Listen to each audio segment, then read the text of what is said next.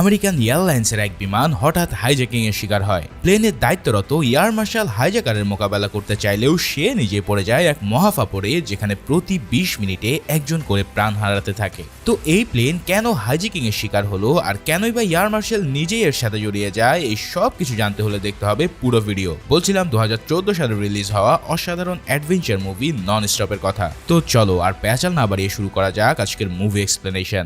Movie শুরুতে আমরা আমেরিকার নিউ ইয়র্ক শহরের এক এয়ারপোর্টের দৃশ্য দেখতে পাই। ইউএস এয়ার মার্শাল বিলি মার্কস নিউ ইয়র্ক থেকে লন্ডনগামী একটা ফ্লাইট ধরার জন্য এয়ারপোর্টে আসে, কিন্তু শুরু থেকেই তাকে কেমন যেন চিন্তিত আর অন্য মানুষকে মনে হচ্ছিল। আশেপাশের বিভিন্ন মানুষের সাথে দেখা হওয়ার পর তারা তার সাথে ভাব জমাতে চাইলেও সে সবাইকে ইগনোর করে চলে যায়। এছাড়াও কেউ একজন তাকে বারবার ফোন করে কিছু একটা জানতে চাইছিল।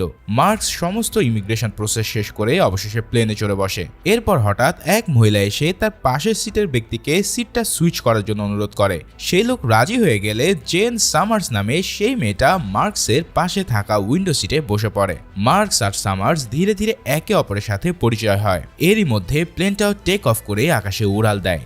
এদিকে ফ্লাইট অ্যাটেন্ডাররাও সবার জন্য ড্রিঙ্কস এবং নাস্তা নিয়ে আসে, অর্থাৎ প্লেনের ভিতরে সবকিছু একদম ঠিকঠাকই চলছিল। তবে কিছুক্ষণ পর সামার্স ঘুমিয়ে গেলে মার্কস উঠে গিয়ে বাথরুমের দিকে যায়। বিমানে বসে স্মোকিং করা একেবারে নিষিদ্ধ হলেও মার্কস সিকিউরিটি ক্যামেরাকে ফাঁকি দিয়ে সেখানে স্মোক করতে থাকে। এরপর সে আবারও কেবিনে ফিরে এলে তার কাছে এবার আরও একটা মেসেজ আসে। এয়ার মার্শালদের কাছে এমন কিছু ডিভাইস থাকে যেগুলো দিয়ে কেবল তারা মাত্র নিজেদের মধ্যে মেসেজ চালাচালি করতে পারে, কিন্তু মেসেজের অন্য পাশের ব্যক্তিটা নিজেকে একজন প্যাসেঞ্জার হিসেবে পরিচয় দেয়। এরপরে সেই লোকটা এমন কিছু বলে বসে যাতে মার্কসের চোখ একবারে কপালে উঠে যায়। লোকটা তাকে হুমকি দেয় যে যদি মার্কস তার এক ব্যাংক অ্যাকাউন্টে $150 মিলিয়ন ট্রান্সফার না করে তাহলে আগামী 20 মিনিটের মধ্যে সে প্লেনের একজন প্যাসেঞ্জারকে হত্যা করবে। এবার আমরা বুঝতে পারি যে কেন মার্কস প্লেনে ওঠার পর থেকে এতটা চিন্তিত ছিল। মূলত প্লেনে ওঠার পর তার কাছে হঠাৎ প্লেনের সিকিউরিটি রিলেটেড ঠিক এমনই একটা ইনফরমেশন আসে, কিন্তু সে ধরতে পারছিল না যে এই প্লেনে আসলে কি ঘটতে যাচ্ছে। এবার তার কাছে ব্যাপারটা পুরোপুরি ক্লিয়ার, কিন্তু সে কাউকে কিছু না বলে হঠাৎ প্লেনে থাকা তার আরেক পার্টনার জ্যাক হ্যামন্ডের কাছে চলে যায়। কারণ প্রথমে সে ভেবে নিয়েছিল যে জ্যাকই হয়তো তাদের এনক্রিপ্টেড ফোন থেকে এসব মেসেজ পাঠিয়ে তার সাথে মজা নিচ্ছে। মূলত ইউএস এয়ারফোর্স তাদের হাই সিকিউরিটি কমার্শিয়াল ফ্লাইটে সিকিউরিটি চেক করার জন্য দুজন করে এয়ার মার্শাল পাঠায়, আর এই প্লেনে মার্কস এবং জ্যাক ছিল এই দায়িত্বে। মার্কস জ্যাককে ব্যাপারটা জানানোর পর জ্যাক জানায় যে সে তার সাথে কোনো মজাই করেনি, তার মানে এই থ্রেটটা এবার একদমই রিয়াল। মার্কস তৎক্ষণাৎ ক্যাপ্টেনের সাথে দেখা করতে চাইলেও জ্যাক তাকে আটকানোর চেষ্টা করে, কারণ তার মনে হচ্ছিল যে এমন একটা সিকিউর প্লেনে কারোর চোখ ফাঁকি দিয়ে কাউকে হত্যা করাটা একেবারে অসম্ভব। অর্থাৎ সে বলতে চাইছিল যে কেউ একজন আসলে তাদের সাথে মজা নিচ্ছে, কিন্তু মার্কস তবুও পাইলটদের সাথে কথা বলার জন্য ককপিটে যায়। এবার ক্যাপ্টেনকে এই কথা জানানোর পর ক্যাপ্টেন তাকে টিএসএ অর্থাৎ ট্রান্সপোর্টেশন সিকিউরিটি অ্যাডমিনিস্ট্রেশনের সাথে যোগাযোগ করে একটা অ্যাকাউন্ট নাম্বার ট্রেস করতে বলে। মার্কস তার কাছ থেকে এই প্লেনের সমস্ত লাইভ সিসিটিভি ফুটেজ দেখার পারমিশন নেয়। এরপর মার্কস ফ্লাইট অ্যাটেন্ডেন্ট ন্যান্সিকে নিয়ে সিসিটিভি রুমের ক্যামেরা ফুটেজগুলো চেক করতে থাকে, কিন্তু সেখানে গিয়ে সে বুঝতে পারে যে ফুটেজ চেক করার জন্য তার সাথে আরও একজন ব্যক্তি দরকার। ন্যান্সি তখন আরও একজন ফ্লাইট অ্যাটেন্ডেন্টকে ডেকে আনতে বলে, কিন্তু মার্কস তার পাশের সিটে থাকা সামার্সকেই ডেকে নিয়ে আসে, কারণ প্লেনে পরিচিত হওয়ার পর থেকে তাকে তার খুব ভালো মানুষ বলে মনে হয়েছে। সামার্স কিন্তু এসবের কিছুই বুঝতে পারছিল না, তবে মার্কস তাকে অল্প কথায় সব বুঝিয়ে সিসিটিভি ফুটেজের দিকে খেয়াল করতে বলে। আসলে তার প্ল্যান ছিল যে সে এই মুহূর্তে ওই হুমকিদাতাকে মেসেজ করবে যাতে সে রিপ্লে দেয়, আর লোকটার রিপ্লে দেওয়ার সময় প্লেনে কোন কোন প্যাসেঞ্জার ফোন ব্যবহার করছে তাদের সিসিটিভিতে সিট নাম্বার নোট করে নেবে ন্যান্সি আর সামার্স। এভাবেই তারা ওই লোকগুলোকে সার্চ করে অপরাধী খুঁজে বের করতে সক্ষম হবে। সেই প্ল্যান মোতাবেক মার্কস সেই লোকটাকে টেক্সট দিয়ে বলে যে আমি তোমার সাথে কথা বলতে চাই। এবার ওই লোকটাও রিপ্লে দিয়ে দ্রুত তার দাবি করা টাকাটা ম্যানেজ করতে বলে। এই সময় প্লেনে যারা যারা ফোন ইউজ করেছিল ন্যান্সি এবং সামার্স তাদের সবার সিট নাম্বারগুলো লিখে রাখে। এর মধ্যে আবার মার্কসের কাছে টিএসএ এজেন্ট ম্যারিনেকের ফোন আসে। সে জানায় যে মার্কসের দেওয়া অ্যাকাউন্ট নাম্বারকে তারা ট্রেস করতে শুরু করেছে। তবে ঠিক এই মুহূর্তেই হঠাৎ মার্কসের কাছে ওই হাইজ্যাকার আবারও মেসেজ দিয়ে জিজ্ঞেস করে যে তোমার মেয়ে অলিভিয়া কেমন আছে। এই মেসেজ দেখে মার্কস এবার ভীষণ ঘাবড়ে যায়। লোকটা তার মেয়ের নাম জানলো কি করে? এদিকে লোকটার বেঁধে দেওয়া 20 মিনিট সময়ও প্রায় শেষ হয়ে আসছে। এই অবস্থাতে সিসিটিভিতে মার্কসের পার্টনার জ্যাককেও ফোন ইউজ করতে দেখা যায়। সে হঠাৎ ফোনটা রেখে দিয়ে প্লেনের ওয়াশরুমের উদ্দেশ্যে রওনা দেয়। এই দৃশ্য দেখে মার্কস সেদিকে যেতে চাইলে জ্যাক দ্রুত ওয়াশরুমে ঢুকে দরজা বন্ধ করতে চায়, কিন্তু কিন্তু মার্কস তার সাথেও ভিতরে ঢুকে পড়তে সক্ষম হয়। এবার তাদের দুজনের মধ্যে শুরু হয় প্রচন্ড এক ধস্তাধস্তি। এক পর্যায়ে জ্যাক জানায় যে এই টাকাটা তার দরকার আর সে মার্কসকেও অর্ধেক পরিমাণের ঘুষ দেওয়ার অফার দেয়। তার মানে কি এই জ্যাকই সেই ব্ল্যাকমেলার? মার্কস তার হাত থেকে ফোন কেড়ে নেওয়ার চেষ্টা করলে ফোনটা এবার ওয়াশরুমের সিঙ্কে পড়ে যায়। এরপর আরো কিছুক্ষণ তাদের মধ্যে ব্যাপক ধস্তাধস্তি হলে দুজনেই বেশ আঘাত পায়। শেষে জ্যাক তার পিস্তল কুড়িয়ে নিয়ে মার্কসের উপরে গুলি চালাতে গেলে মার্কস আগে থেকেই তার ঘাড় মোটকে শেষ করে ফেলে, কেননা এছাড়া তার হাতে আর কোনো উপায়ও ছিল না। জ্যাককে খতম করার পর মার্কস ওয়াশরুমের দরজা লক করে দিয়ে বেরিয়ে আসে। এখন জ্যাক যেহেতু মারা গেছে, তার মানে সেই ব্ল্যাকমেলারের কাহিনী হয়তো এখানেই শেষ। কিন্তু না, হঠাৎ মার্কসের ফোনে আবারও একটা মেসেজ আসে। এবার সেই লোকটা জানায় যে জ্যাকের মৃত্যুটা তারই প্ল্যান করা, অর্থাৎ ঠিক 20 মিনিটের মাথায় তার কথা অনুসারে জ্যাক মার্কসের হাতে মারা গেল। মানে বুঝতেই পারছো, এই হাইজ্যাকার যে সে কোনো পাবলিক নয়, অর্থাৎ 20 মিনিট পর যে একজন লোক মারা যাওয়ার কথা সেটা সে ইতিমধ্যে করে দেখিয়েছে। এই কাণ্ড দেখে মার্কস নিজেই ভাবতে থাকে যে আমি কি হাইজ্যাকার কিনা, কিন্তু কোনো হাইজ্যাকার কেন নিজে প্লেন থেকে তার অ্যাকাউন্টে টাকা দিতে বলবে? এর উপর সে নিজে ইউএস এয়ার মার্শাল, তাই সবাই তাকে ভালোভাবেই চেনে। এই কথাগুলো মার্কস সবাইকে বোঝানোর চেষ্টা করতে থাকে। তবুও প্লেনের পাইলট তার কাছ থেকে ব্যাজ এবং পিস্তল নিয়ে নেয়। ন্যান্সি তখন প্লেনের আরেক এয়ার মার্শাল জ্যাকের খোঁজ করছিল, কিন্তু জ্যাক যে আগেভাগেই দফা হয়ে গেছে তা তো তোমরা অলরেডি জানোই। মার্কস ন্যান্সিকে তার ডেড বডি দেখালে সে প্রচন্ড প্যানিকড হয়ে চিৎকার করতে থাকে, তবে মার্কস তাকে চুপ করিয়ে শান্ত করতে সক্ষম হয়। এরপর সে তাকে বোঝায় যে এই সব কিছুই একটা সেটআপ। তাই কিছুক্ষণ আগে সে জ্যাকের ফোনে চ্যাট পড়ে জেনেছে যে হাইজ্যাকার নিজেই তাকে ব্ল্যাকমেল করছিল, কারণ জ্যাক তার ব্রিফকেসে করে কোকেন পাচারে লিপ্ত ছিল। আর মার্কসও সেই ব্রিফকেসটা খুলে কোকেন দেখতে পায়। ওই হাইজ্যাকার জ্যাককে এমন ভাবে ব্ল্যাকমেল করে যেন সে প্যানিকড হয়ে যায়, আর যখনই সে মার্কসকে তার দিকে আসতে দেখবে তখন সে ভাববে হয়তো মার্কস তার কোকেনের কথাগুলো জেনে ফেলেছে। তাই প্রথমে সে তাকে ঘুষ দিয়ে চুপ করতে চায়, কিন্তু তাতে কাজ না হওয়ায় সে মার্কসকে মারতে গিয়ে নিজেই তার হাতে পটল তোলে। আর এটাই ছিল সেই হাইজ্যাকারের সলিড প্ল্যান। এবার জ্যাক কিন্তু তার বেঁধে দেওয়া ঠিক 20 মিনিটের সময়ের মাথায় মারা গিয়েছিল।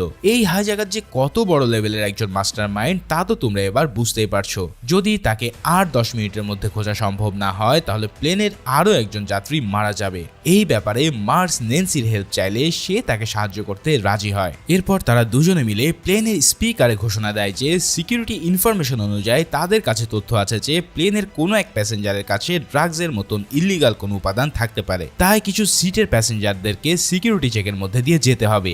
এই সিটগুলো কিন্তু সামার্স এবং ন্যান্সি সিসিটিভি দেখে আগে নির্ধারণ করে রেখেছিল। এবার মার্কস একে একে তাদের সবাইকে চেক করতে থাকে। এখানে যারা তাকে চেক করতে দিচ্ছিল না সে তাদেরকে জোর করে চেক করে যাচ্ছিল। এভাবে চেকিং করতে করতে হঠাৎ এক প্যাসেঞ্জারের উপরে তার দৃষ্টি আটকায়। এই লোকটার সাথে প্লেনে ওঠার আগেও তার একবার দেখা হয়েছিল। লোকটা তাকে জানিয়েছিল যে সে নেদারল্যান্ডের আমস্টারডাম শহরে যাচ্ছে, আর সে মার্কসকেও তার গন্তব্যের কথা জিজ্ঞেস করেছিল, কিন্তু মার্কস তাকে সে সময় ইগনোর করে চলে যায়। তবে এখন এই লোকটার যদি আমস্টারডামে যাওয়ার কথা তাহলে সে লন্ডনগামী প্লেনে কি করছে? এই কাণ্ডে মার্কস পুরো সন্দেহ এবার টম বাউয়েন নামের এই লোকটার দিকে যায়। তাই মার্কস লিটারেলি তাকে টেনে নিয়ে গিয়ে প্লেনের একপাশে ঠেসে ধরে। তবে এখানে টম জানায় যে প্লেনে ওঠার আগে কেউ একজন তাকে মার্কসের গন্তব্য জানার জন্য $100 দিয়েছিল। কথায় কথায় আমস্টারডামে যাওয়ার কথাটা সে এমনিতেই বলে ফেলে, কিন্তু মার্কস তাকে কোনোভাবেই বিশ্বাস করতে চায় না। এই সময় টিএসএ এজেন্ট ম্যারিনেক তাকে ফোন দিয়ে জানায় যে টম স্রেফ একজন স্কুল টিচার, অর্থাৎ সে পুরোপুরি নির্দোষ। শুধু তাই নয়, টম ছাড়াও বাকি প্লেনের সবার হিস্ট্রিও একদম ক্লিন। শুধু মার্কস নিজেই একমাত্র সন্দেহের তালিকায় আছে, কারণ একে তো হাইজ্যাকার তার ব্যাংক অ্যাকাউন্টের নাম্বার দিয়েছিল, তার উপরে টিএসএ কিছুক্ষণ আগে জানতে পেরেছে যে মার্কসকে শুরুতেই এই প্লেনের জন্য অ্যাসাইনি করা হয়নি, বরং সে নিজেই সুপারভাইজারকে ধমকি দিয়ে নিজেকে এই প্লেনের এয়ার মার্শাল হিসেবে মোতায়েন করেছে। কিন্তু মার্কস এসব শুনে ভীষণ অবাক হয়ে যায়, কারণ এসবে সে কিছুই জানে না। ম্যারিনেক তাকে আরো জানায় যে এই মুহূর্ত থেকে সে আর ইউএস এয়ার মার্শাল নয়, অর্থাৎ তার চাকরি আজই শেষ। কিন্তু মার্কস এইসবের কেয়ার না করে নিজের কাজে ফোকাস করে, কারণ অল্প দেরি করলে প্লেনে আরো একজন লোক মারা যাবে। সে টমের হাত বেঁধে তাকে প্লেনের শেষের দিকে সিটে রেখে আসে। এরপর হঠাৎ তার কাছে আবারও ব্ল্যাকমেলারের মেসেজ আসে। তার মানে সেই ব্ল্যাকমেলারটা আসলে টম নয়, কারণ তার হাত তো বাঁধা। লোকটা তাকে মেসেজ দিয়ে বলে যে তুমি এই খেলা বন্ধ করবে। তোমাকে কে বলেছে যে আমি সির্ফ প্লেনের প্যাসেঞ্জারদেরকেই মারবো? এখন এই মেসেজ দেখে মার্কসের মাথা পুরোই ঘুরে যায়। এর মানে কি এই ব্ল্যাকমেলার প্লেনের পাইলটদেরকে টার্গেট করছে? মার্কস দ্রুত ককপিটের দিকে দৌড়ানো মাত্রই হঠাৎ প্লেন প্রচন্ড ঝাঁকুনি খেয়ে ওঠে। এই ধাক্কায় সে আর ন্যান্সি সহ প্লেনটা অনেক নিচের দিকে পড়ে যায়। পরক্ষণে উঠে দাঁড়িয়ে সে আবার ককপিটে গিয়ে দেখে যে প্লেনের পাইলট বেহুশ অবস্থায় ককপিটে পড়ে আছে। এই প্লেনে প্যাসেঞ্জার হিসেবে ডক্টর ফাহিম নামের একজন মুসলিম ডক্টর ছিল। মার্কস দ্রুত তাকে ডেকে এনে ককপিটের পাইলটকে দেখতে বলে। এই সময় হঠাৎ প্লেনের আরেক প্যাসেঞ্জার এসে পাইলটকে দেখতে চায়। এই লোকটা ছিল নিউ ইয়র্ক পুলিশ ডিপার্টমেন্টের একজন অফিসার, যার নাম ছিল অস্টিন। অস্টিন এসে মার্কসের উপরে চেঁচামেচি করতে করতে তাকে জিজ্ঞেস করতে থাকে যে এই প্লেনে আসলে হচ্ছেটা কি। এর উপর সে জোর করে ককপিটের ভিতরে ঢুকতে চায়। ঠিক তখনই মার্কস তাকে চেপে ধরে বাকি সময়টা চুপ করে সিটে বসে থাকতে বলে।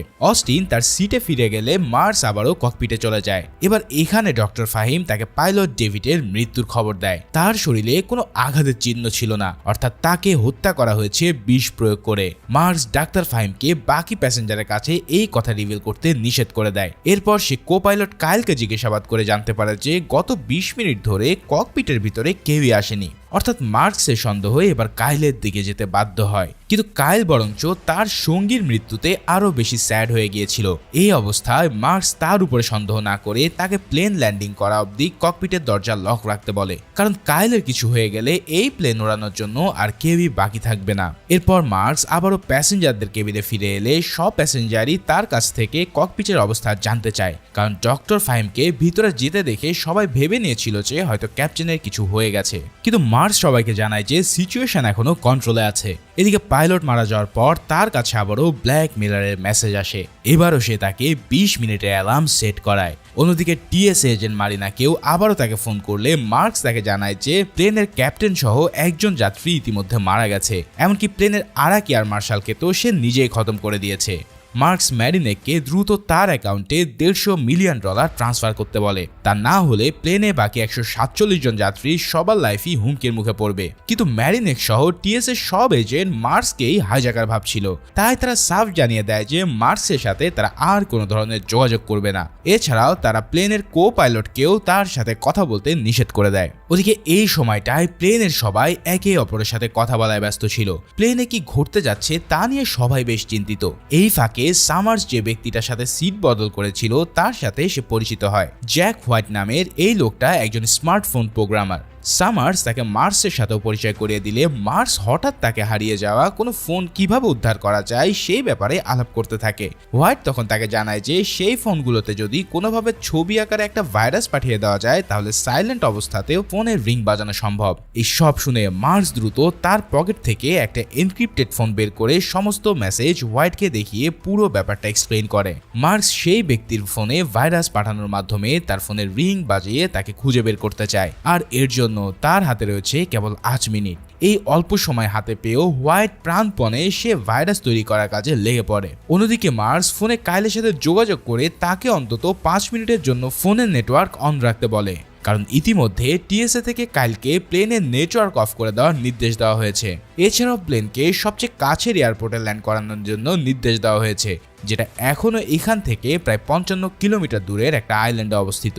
কিন্তু নেটওয়ার্ক অফ হয়ে গেলে সেই ব্যক্তির ফোনে ছবি পাঠানো সম্ভব হবে না, তাই মার্কসের অনুরোধে কাইল 5 মিনিটের জন্য অন রাখতে রাজি হয়ে যায়। এরপর মার্কস সবার উদ্দেশ্যে ঘোষণা দেয় যে প্লেনের বিজনেস ক্যাবিন বন্ধ করে দেওয়া হয়েছে।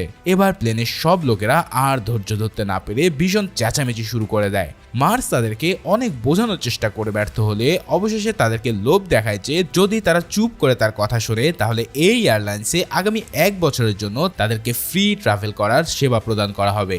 আর এই কথা শোনা মাত্রই সবাই একবারে চুপ মেরে যায়। মানে মুখের কথায় কাজ না হলেও ফ্রি ট্রাভেলের লোভ দেখে ঠিকই মানুষটা মুখ বন্ধ করে দেয়। আর ততক্ষণে হোয়াইটও তার ভাইরাসটা তৈরি করে ফেলে। এরপর সেই ভাইরাস ওই ব্যক্তির ফোনে পাঠিয়ে মার্কস সবাইকে তাদের হাত উঁচু করতে বলে। তারপর কল দেওয়ার পরেই হঠাৎ প্লেনের এক পাশ থেকে ফোনের রিংটোনের শব্দ পাওয়া যায়। তার মানে যে ফোন থেকে তাকে হুমকি দেওয়া হচ্ছিল সেই ফোন আছে এই প্লেনের মধ্যে, অর্থাৎ ব্ল্যাকমেলারও এখন এই প্লেনেই অবস্থান করছে।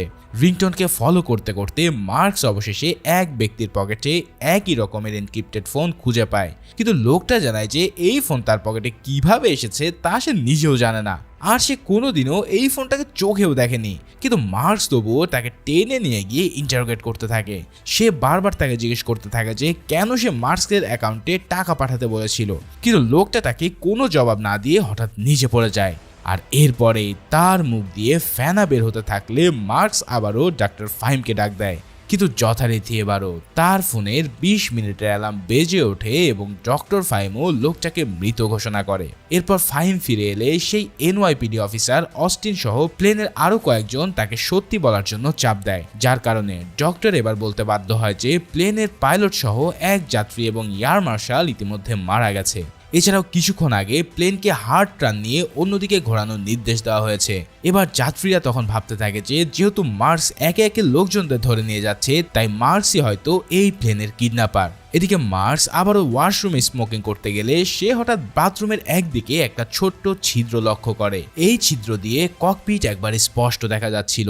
এবার এই ছিদ্রটা দেখার পরেই তার মনে হঠাৎ একটা সন্দেহের উকি দেয়। ক্যাপ্টেন মারা যাওয়ার আগে যখন মার্কস তার সাথে কথা বলেছিল সেই সময়টায় এক মহিলাকে বাথরুমে সে যেতে দেখেছে। এখন সে ওই মহিলার কাছে গিয়ে জানতে পারে যে মহিলার পরে বাথরুমে গিয়েছিল সামার্স। এবার মার্কস তখন তাকে গিয়ে জিজ্ঞেস করে যে সে ওই বাথরুমে কি করছিল, কারণ যে ছিদ্রটা সে বাথরুমে দেখেছে সেটা দিয়েই ক্যাপ্টেনের দিকে বিষ মাখানো কোনো সুই নিক্ষেপ করা হয়েছে। তাছাড়া সামার্স কেনই বা তারই পাশের সিট বেছে নিয়েছিল, এটার জন্য কি যাতে তার প্রতি কারো সন্দেহ না হয়? সামার্স তখন বলে যে সবাই যখন তোমার বিরুদ্ধে ছিল আমি তোমাকে সাপোর্ট দিয়েছি, আর তুমি কিনা আমাকে এখন সন্দেহ করে বসলে। সে জানায় যে অনেক বছর আগে তার হার্ট অ্যাটাক হয়ে সে প্রায় 45 মিনিটের মতো অজ্ঞান ছিল। সেই যাত্রায় সে বেঁচে গেলেও ডক্টর তাকে জানিয়েছিল যে যে কোনো মুহূর্তে এই অ্যাটাক আবারও হতে পারে। বিশেষ করে প্লেনের জার্নির মতন সিচুয়েশনে এই হার্ট অ্যাটাক হওয়ার সম্ভাবনা অনেক বেশি। তাই সামার্স সবসময় প্লেন জার্নিতে উইন্ডো সিটে বসতে চায় যাতে তার হার্ট অ্যাটাক হলে সে শান্তিতে মৃত্যুবরণ করতে পারে। এই কথাগুলো শোনার পর তার উপর থেকে মার্কসের সন্দেহ চলে যায় এবং সে তাকে সরি বলে। এরপর মার্কস তাকে ব্ল্যাকমেলারের ফোন দেখালে সে ওই ফোনটাকে আনলক করতে সক্ষম হয়। কিন্তু ফোন আনলক হওয়ার সাথে সাথে ফোনে একটা মেসেজ ভেসে ওঠে যেখানে লেখা ছিল, তুমি আমার সামনে আর কোনো চয়েস রাখলে না। তারপরে ফোনে 30 মিনিটের একটা টাইমার ভেসে ওঠে। তার কানে এই ফোনটাতে ছিল টাইম বোমা ট্রিগার, আর সেই বোমাটা প্লেনের কোথাও রাখা আছে। মার্কস আর দেরি না করে ন্যান্সিকে আদেশ দেয় যেন সে তার প্লেনের সবার সমস্ত ব্যাগপত্র চেক করে ফেলে, আর সে নিজেও জ্যাকের ব্রিফকেসটা চেক করতে চলে যায়, কারণ তার মনে হতে থাকে যে ওই ব্রিফকেসেই বোম থাকার সম্ভাবনা সবচেয়ে বেশি। আর যখন সে ওই ব্রিফকেসের ভিতরে কোকেনের নিচে বোম দেখতে পায় তখন তার সন্দেহই সত্য প্রমাণ হয়। এদিকে এই সময়টায় প্লেনের সবাই নিউজ চালু করে দেখতে পায় যে বাইরের দুনিয়া এতক্ষণে মার্কসকে টেররিস্ট হিসেবে দাবি করে তাকেই হাইজ্যাকার বানিয়ে দেওয়া হয়েছে, কেননা ব্ল্যাকমেলাররা তার ব্যাংক অ্যাকাউন্টটি ইউজ করতে চাইছিল। এই ভিডিওর মাধ্যমে প্লেনের সব প্যাসেঞ্জারও তাকে টেররিস্ট ভাবতে থাকে। তাই মার্কস প্যাসেঞ্জার ক্যাবিনে ফিরে আসার সাথে সাথেই অস্টিন সহ কিছু লোক তার উপরে অ্যাটাক করে বসে। মার্কস তার সবাইকে বেশ ভালো ফাইট দিয়ে নিজেকে ছাড়ানোর চেষ্টা করলেও অবশেষে সবাই মিলে তাকে কাবু করে ফেলে। তারা সবাই তাকে শ্বাসরোধ করে প্রায় মারতেই যাচ্ছিল, কিন্তু মার্কস কোনোভাবে বলে ওঠে যে এই প্লেনে একটা বোম আছে যেটা আধা ঘন্টার কম সময়ের মধ্যে ফেটে যাবে। এই কথা শোনার পরেই হঠাৎ টম বোয়েন মার্কসের পকেট থেকে পড়ে যাওয়া পিস্তলটা কুড়িয়ে নিয়ে সবার দিকে তাক করে তাকে ছেড়ে দিতে বলে। সবাই তাকে ছেড়ে দিলে মার্কস বলতে থাকে যে তার মেয়ে অতি অল্প বয়সে মারা গিয়েছিল, সে ডিভোর্সি হওয়ায় নিজের পার্সোনাল জীবনেও সে একা মানুষ, অথচ এর পরেও দেশের জন্য সে অনেক বছর ধরে ইউএসএ এয়ারফোর্সকে সেবা দিয়ে যাচ্ছে, আর এই প্লেনটাকে সে হাইজ্যাক না করে বরং হাইজ্যাকারের হাত থেকে বাঁচানোর চেষ্টা করছে। তার কথাগুলো শোনার পর সবাই তাকে বিশ্বাস করলেও টমও তার পিস্তল ফেরত দেয়, আর মার্কসও অস্টিনকে তার হাত খুলে দিতে বলে। এরপর অস্টিন নিজে মার্কসের কাছে এসে তার প্ল্যান জানতে চায়। মার্কস তার সামনে ন্যান্সিকে প্লেনের সব যাত্রীদের সামনে নিয়ে যাওয়ার আদেশ দেয়। এবার অস্টিনকে সে জানায় যে এক্সপ্লোসিভ প্রোটোকল অনুসারে তার প্ল্যান হচ্ছে যে প্লেনটাকে 8000 ফুট উচ্চতায় নিয়ে গিয়ে বোমাটাকে প্লেনের পিছন দিকে রেখে দেওয়া। এই উচ্চতায় প্রেসার লেভেল কম থাকায় বোমা ফাটলেও তার ইম্প্যাক্ট অনেক কম হবে। এছাড়াও প্লেনের পিছন দিকে বোমা রেখে সব যাত্রীকে সামনে নিয়ে যাওয়ার কারণে হতাহতের সম্ভাবনাও খুব কম থাকবে। যদি এই বোমাটা ডিফিউজ করা যেত তাহলে তার কোনো কথাই ছিল না, কিন্তু সেটা করা না গেলে তাদের হাতে আর কোনো উপায় নেই। এদিকে প্লেনের প্যাসেঞ্জাররা হঠাৎ তাদের দুদিকে ফাইটার জেটকে দেখতে পায়। এই জেটগুলো তাদেরকে রানওয়ে পর্যন্ত গার্ড দেওয়ার জন্যই পাঠিয়ে দেওয়া হয়েছিল। তারা আসা মাত্রই আদেশ ছাড়া কাইলকে প্লেনকে নিচে নামাতে নিষেধ করে দেয়, কিন্তু মার্কস আবার তাকে ফোন করে বলে যে বোমার ইম্প্যাক্ট কমানোর জন্য তাদেরকে 8000 ফিট উচ্চতায় যেতেই হবে। মানে কাইল পড়ে যায় এক মহাসংকটে। তবে সে পুরো ব্যাপারটা সামলে নিয়ে প্লেনটাকে নিচে নামানোর জন্য 10 মিনিটের সময় চায়। এরপর মার্কস অস্টিন সহ বেশ কয়েকজনকে ডেকে নিয়ে বোমাটা দেখায়। এই বোমাটা ছিল এক খতরনাক মিলিটারি গ্রেড বোমা। যদি বোমাটাকে বোমাটাকে ডিফিউজ করার চেষ্টা করা হয় তাহলে লিভার সরে গিয়ে সেটা অ্যাক্টিভ হয়ে যাবে, আর যদি বোমাটাকে বাইরে ফেলে দেওয়া হয় তাহলেও প্রেসার চেঞ্জ হওয়ার কারণে লিভার সরে গিয়ে সাথে সাথে বোমটা অ্যাক্টিভ হয়ে যাবে। অর্থাৎ এই বোমাটাকে কোনোভাবেই ডিফিউজ করার উপায় নেই। এখন বোমা যেহেতু ফাটবেই, তাই মার্স সবাইকে বোমার উপরে প্লেনের সব ভারী লাগেজপত্র এনে চাপা দিতে বলে। এভাবেই এই সময়ের মধ্যেই সবাই মার্সের কথা অনুযায়ী প্লেনের সব লাগেজপত্র এনে বোমার উপরে চেপে রাখতে থাকে।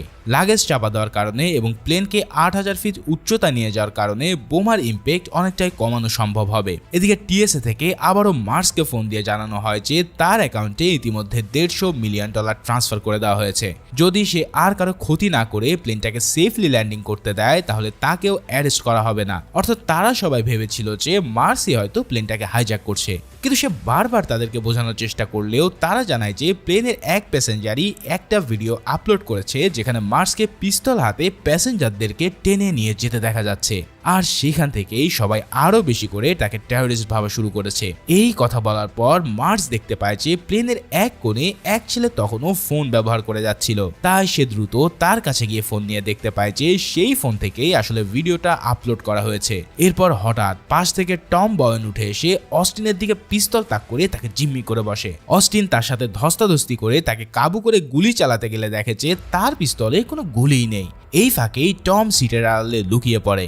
এবার মার্স তাকে খুঁজতে শুরু করলে অস্টিন যখন প্লেনের পিছনের দিকে যায় তখন সেখানে এবার তাকে জিম্মি করে বসে হোয়াইট। মানে এরা দুজনেই হলো এই ঘটনার মূল কালপ্রিট। হোয়াইট অস্টিনের সাথে ধস্তাধস্তি করতে গিয়ে তাকেই গুলি মেরে বসে। তারপর সে ন্যান্সিকেও জিম্মি করে তাকে ঘুষি মেরে নিচে ফেলে দেয়। অন্যদিকে টম মার্সের উপরে ছুরি দিয়ে অতর্কিত হামলা করে তার হাত থেকে পিস্তল নিয়ে নেয়। এরপর টম বলতে থাকে যে এই পুরো হাইজ্যাকিংটাই ছিল 9/11 সন্ত্রাসী হামলার একটা প্রতিবাদ। টম বিশ্বাস করে যে টুইন টাওয়ারের বিমান হামলাগুলো কেবল আমেরিকার সিকিউরিটি সিস্টেমের দুর্বলতার কারণেই হয়েছিল, তাই সে এই প্লেনে চড়ে প্লেন হাইজ্যাক করে এয়ার মার্শাল মার্সের নামে টেরোরিজমের অপবাদ দেওয়ার চেষ্টা করেছে, যাতে পুরো ইউএস এয়ারফোর্সেরই বদনাম হয়। তার বিশ্বাস এই ঘটনার পর আমেরিকা তার এয়ার সিকিউরিটি আরো বেশি উন্নত করবে। অন্যদিকে হোয়াইট কেবল টাকার জন্য তার সাথে যোগ দিয়েছিল। এবার মার্স যখন তাকে বলে যে তার এই মিশনে সে 1 টাকাও পাবে না, তখন হোয়াইট তাকে জানায় তারা এই মুহূর্তেই এই প্লেন থেকে জাম্প করবে। এরপর তারা মার্সের অ্যাকাউন্টের অ্যাক্সেস নিয়ে টাকাটা তুলে ফেলবে, কারণ পুরো পৃথিবী তো জানে যে এই টাকাটা যাবে মার্সের পকেটে। কিন্তু টম হঠাৎ বলে যে এই প্লেন থেকে তারা কখনোই লাভ দিতে পারবে না, অর্থাৎ এই মিশনটা হচ্ছে একটা সুইসাইডাল মিশন। কিন্তু হোয়াইট তবুও লাভ দিতে চাইলে টম হঠাৎ করে তাকে শুট করে দেয়। আর এই সময়টাতেই কো পাইলট কার্ল প্লেনটাকে ক্রমাগত দ্রুত বেগে নিচের দিকে দিতে থাকে। এমন প্রচন্ড গতিতে প্লেন হঠাৎ নিচে নামার কারণে সমস্ত কিছু প্রচন্ড ধাক্কায় পিছনের দিকে সরে যায়। এবার যাত্রীরা সহ টম আর মার্কসও সজোরে প্লেনের ছাদে ধাক্কা খায়। প্লেনের সব জিনিসপত্র উল্টাপাল্টা হয়ে ভিতরটা একবারে লন্ডভন্ড হয়ে পড়ে। তবে ঠিক 8000 ফিট উচ্চতায় এসে কার্ল আবারও প্লেনটাকে সামনের দিকে চালাতে শুরু করে। এখন প্লেন স্টেবল হয়ে যাওয়ার কারণে একটা জিরো গ্র্যাভিটি সিচুয়েশন তৈরি হয়। এই অবস্থায় মার্সের পিস্তলটা হাওয়ায় ভেসে উঠলে সে দারুণ দক্ষতায় সেটা ক্যাচ করে ফেলে, আর তারপরে সে মারাত্মক স্টাইলে টমের কপাল বরাবর শুট করে তাকে খতম করে দেয়। সাথে সাথে প্লেনের পিছনের অংশে থাকা বোমাটাও ব্লাস্ট হয়ে পিছনের অংশটা ভীষণ ড্যামেজ হয়ে পড়ে। তবে মার্সের প্ল্যান ঠিকঠাক কাজ করায় সেই যাত্রায় সব যাত্রীরা বেঁচে যায়। এবার কার্ল প্লেনটাকে ল্যান্ড করানোর কাজে নেমে পড়ে। প্লেনের পিছনের অংশের লেজ না থাকায় প্লেনটা তার ব্যালেন্স হারিয়ে রানওয়ের উপরে ভীষণভাবে আছড়ে পড়তে থাকে। প্লেনের ইঞ্জিনগুলো ইতিমধ্যে বিকল হয়ে যায় এবং পাখাগুলো দুমড়ে মুচড়ে যেতে থাকে। তবে শেষ পর্যন্ত প্রচন্ড ঘষা খেয়েও কার্ল প্লেনটাকে সফলভাবে ল্যান্ডিং করতে সক্ষম হয়। ভাইরে ভাই, একটা প্লেনের ইমার্জেন্সি ল্যান্ডিং যে কতটা ভয়ানক হতে পারে সেটা এই সিন দেখলেই বোঝা যায়। মানে পুরোই হার্ট অ্যাটাক দেওয়ার মতন ছিল এই সিনটা। যাই হোক, প্লেনটা থামা মাত্রই প্লেনের ইমার্জেন্সি ডোরগুলো খুলে দেওয়া হয়, আর এরপর একে একে সবাই দ্রুত সেই সিঁড়ি দিয়ে নিচে নেমে আসতে থাকে। আর ঠিক এভাবে এয়ার মার্শাল বিল মার্কসের বীরত্বে সবাই সাক্ষাৎ মৃত্যুর হাত থেকে বেঁচে ফেরে, অথচ তাকেই কিনা দেওয়া হচ্ছিল টেররিস্টের তকমা। তবে এখন আমেরিকা তো বটেই, পুরো দুনিয়ার কাছেই মার্স একজন হিরো। তার বিরুদ্ধে থাকা সমস্ত নেগেটিভ ধারণাই এক মুহূর্তে দূর হয়ে যায়। এবার সেফ ল্যান্ডিং করার পর মার্কস সামার্সের কাছে গিয়ে তার পাশে থাকার জন্য তাকে ধন্যবাদ জানায়। এরপর তাদের দুজনের মধ্যে শুরু হয় এক রোমান্টিক সম্পর্ক।